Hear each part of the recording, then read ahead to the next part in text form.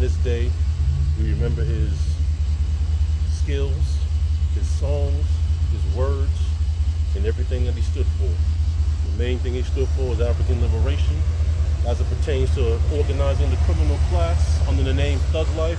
The hate you give the hate you give little infants fucks everybody is what Thug Life stood for. And on this day, we remember the great Tupac. So today, take some time to play a Tupac album. In fact, why don't you name your favorite Tupac songs? Top five Tupac songs in the comments. Let us know what you think. I'll start with me. Mine is So Many Tears, I Get Around, Ready for Whatever. Let's see, I gotta name two more. Okay, what are the other two? Words of Wisdom, one of my personal favorites. And after that, When My Homies Call. Those are five of my favorite Tupac songs.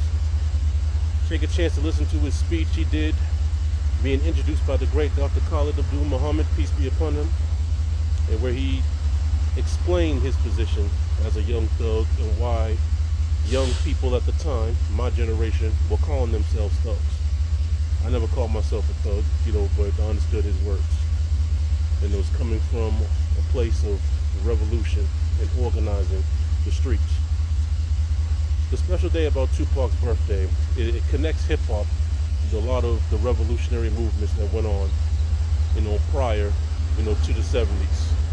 It connects hip-hop with the African Revolution, the Socialist Revolution, the Working Class Revolution, the Panthers, the UNIA, the Revolutionary Action Movement, the Mau Maus, among other groups and movements that happened all across the world, and of course across the continent of Africa, as it pertains to the African world community.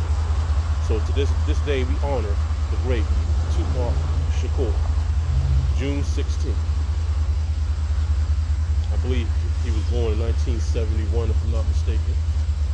But June 16th today. One day this is going to be a holiday that people are going to take off.